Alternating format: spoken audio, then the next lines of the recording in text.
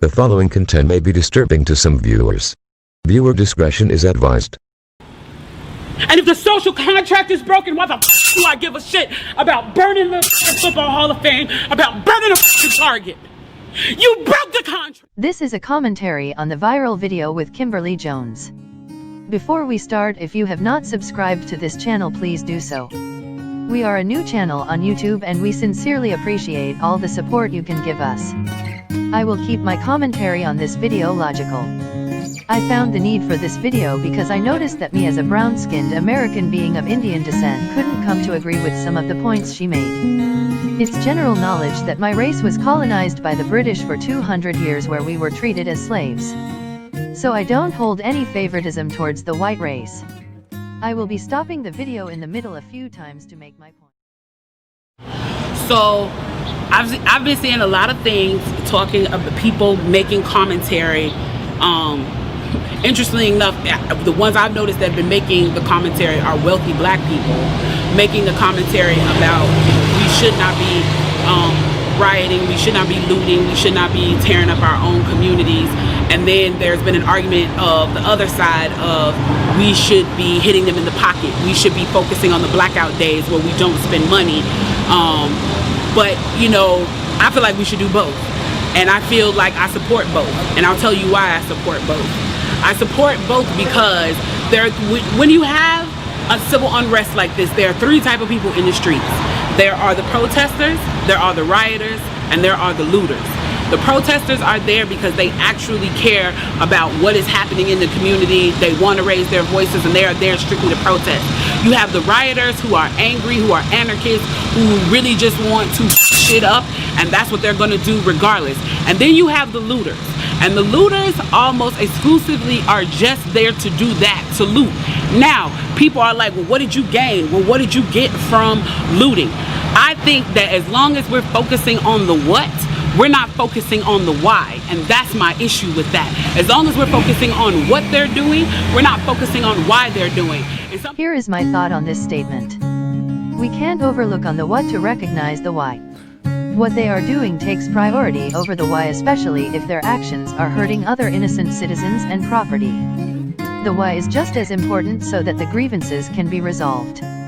The what and the why is also different for each of the three types of people that she mentioned. People are like, well, those aren't people who are legitimately angry about what's happening. Those are people who just want to get stuff. Okay, well then, let's go with that. Let's say that's what it is. Let's ask ourselves why in this country in 2020, the financial gap between poor blacks and the rest of the world is at such a distance that people feel like their only hope and only opportunity to get some of the things that we flaunt and flash in front of them all the time is to walk through a broken glass window and get it. That they are so hopeless that getting that necklace, getting that TV, getting that change, getting that bed, getting that phone, whatever it is that they're going to get, is that in that moment when the riots happen and if they present an opportunity of looting, that's their only opportunity to get it. We need to be questioning that why. Why are people that poor? Why are people that broke? Why are people that food insecure, that clothing insecure, that they feel like their only shot, that they are shooting their shot by walking through a broken glass window to get what they need? And then people want to talk about, well, there's plenty of people who pulled themselves up by their bootstraps and got it on their own. Why can't they do that? Let me explain.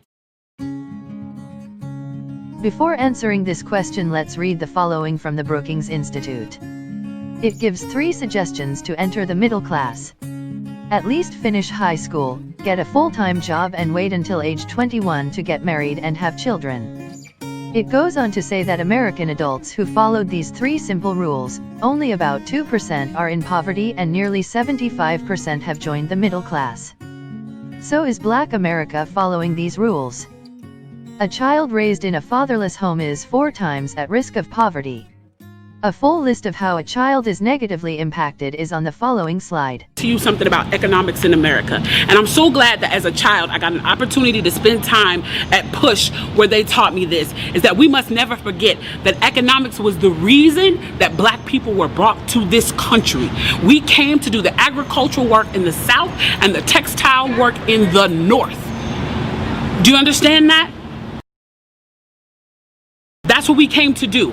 We came to do the agricultural work in the South and the textile work in the North. Now, if I right now decided that I wanted to play Monopoly with you, and for 400 rounds of playing Monopoly, I didn't allow you to have any money, I didn't allow you to have anything on the board, I didn't allow for you to have anything, and then we played another 50 rounds of Monopoly, and everything that you gained and you earned while you were playing that round of Monopoly was taken from you. That was Tulsa, that was Rosewood. Those are places where we built black economic wealth, where we were self-sufficient, where we owned our stores, where we owned our property, and they burned them to the ground. So that's 450 years. So for 400 rounds of Monopoly, you don't get to play at all. Not only do you not get to play, you have to play on the behalf of the person that you're playing against. You have to play and make money and earn wealth for them, and then you have to turn it over to them. So then for 50 years, you finally get a little bit and you're allowed to play. And every time that they don't like the way that you're playing, or that you're catching up, or that you're doing something to be self-sufficient, they burn your game. They burn your cards. They burn your Monopoly money. And then finally at the release and the onset of that, they allow you to play and they say, okay, now you catch up. Now at this point, the only way you're going to catch up in the game is if the person shares the wealth, correct? But what if every time you share the wealth, then there's psychological warfare against you to say, oh, you're an equal opportunity hire. So if I played 400 rounds of Monopoly with you and I had to play and give you every dime that I made, and then for 50 years, every time that I played, if you didn't like what I did, you got to burn it like they did in Tulsa. And how can you win? I agree with the metaphor of playing Monopoly for 400 years. The injustice done over the years to the Black Americans can't be justified. It is clear that even after receiving freedom with the 13th Amendment, they have continued to suffer for many years after.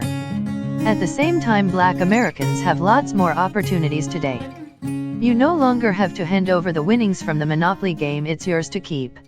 Because I thought what you said was fascinating, because you called it bull when you said people can't, pull themselves up. Do you think that race plays a part in wealth distribution, or either a mindset that you can't or cannot? Yeah. No. You don't? No, I don't. Hey, you and I, we're proof. Why would race have anything to do with it? Put your mind to what you want to do and go for that. It's kind of like religion to me. It's a good excuse for not getting there. Yeah. I said, and it's probably get me in trouble, but I said to some of my colleagues recently, so I know that it's an issue, but it seems like every single day on television I'm talking about race, and it's because of the news cycle, it's in the news, but sometimes I get so tired of talking about it, I want to just go, this is over, can we move on? And if you talk about it, it exists. Right. Yeah. It's not like it exists and we refuse to talk about it, but making it a bigger issue than it needs to be is the problem we have. Incarceration rates in America has been a problem, especially as opposed to minorities. And Roman delves into the issues around the legal system. Do you think we've made any headway in the legal system? I think it's more important to make headway in our own house. By the time the system comes into play, the damage is done. They're not locking up 7-year-olds. Yeah. I was in Chicago a couple of 3-4 weeks ago, and we saw these little kids on bikes with masks on the side of their head, like 5 or 6 of them. And the driver said, yeah, they're little yummies. I said, who? He said, little yummies. Look up, Google Lil Yummy. Lil Yummy was an 11-year-old murderer. Wow. And you look at his picture, you'll see the headshot of him, and he's like this. And he got murdered at 11 by a 14-year-old. Wow. Who's doing life now, and a 16-year-old. That makes no sense. You blame the system? Where was his father? Yeah. It starts in the house. It starts in the home. And well, my father got locked up. Well, where was his father? Yeah. How can you win? You can't win. The game is fixed. So when they say, why do you burn down the community? Why do you burn down your own neighborhood? It's not ours. We don't own anything.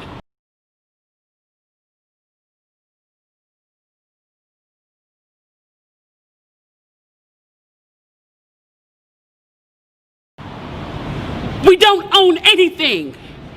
Trevor Noah said it so beautifully last night. There's a social contract that we all have. That if you steal or if I steal, then the person who is the authority comes in and they fix the situation. But the person who fixes the situation is killing us.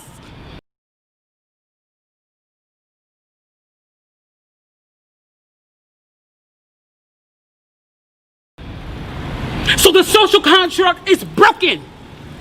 And if the social contract is broken, why the f do I give a shit about burning the Football Hall of Fame, about burning the Target?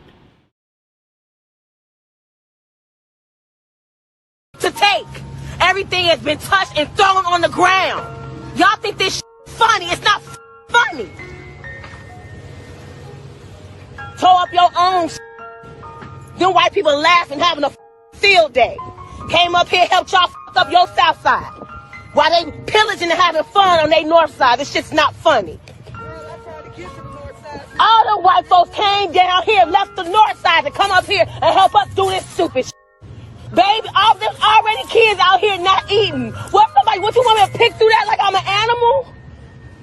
Picking through it like some goddamn sewer rats. Like we some sewer rats. I'm not gonna pick through that and get that to my children. I work my ass off every day. I didn't come over here to steal no food off the floor. Oh, well, there's toilet tissue over there on the ground. You want me to get that to my kids? Meanwhile, up north, they finally in they Whole Foods and they chilling. They won't even let you in Hyde Park. No. What the f this got to do with George Floyd? And then yesterday they was murdering people. Shit that you sold. My friend needs some shoes for her baby, and had another friend out here stealing. Oh, it's free rent. You can't get her baby some shoes. And we should be lined up, sharing what we have. Lined up, sharing what we have. People on my live, why you don't just go steal? I don't want them. I'm finna pick up off that. I'm finna help y'all clean up, and I'm finna go home. Oh, I can't go home. I gotta go to work. Meanwhile, people who wasn't getting off their ass in the first place did this. Now I can't even use my money to do what I need to do for my kids. And they went straight to Office Max, the dollar store, and every store over here that I go to. I have nowhere to go now. I have no way to get there because the buses aren't running. These people did this for no reason. It's not gonna bring George back here. You broke the contract when you killed us in the streets and didn't give up. You broke the contract when for 400 years we played your game and built your wealth. You broke the contract when we built our wealth again on our own by our bootstraps in Tulsa and you dropped bombs on us. When we built it in Rosewood and you came in and you slaughtered us. You broke the contract, so your Target, your Hall of Fame. As far as I'm concerned, they could burn this bitch to the ground. And it still wouldn't be enough. And they are lucky that what black people are looking for is equality and not revenge. Please be sure to subscribe as we will be making more videos. By subscribing and clicking the bell icon, you will be immediately notified when we have new content.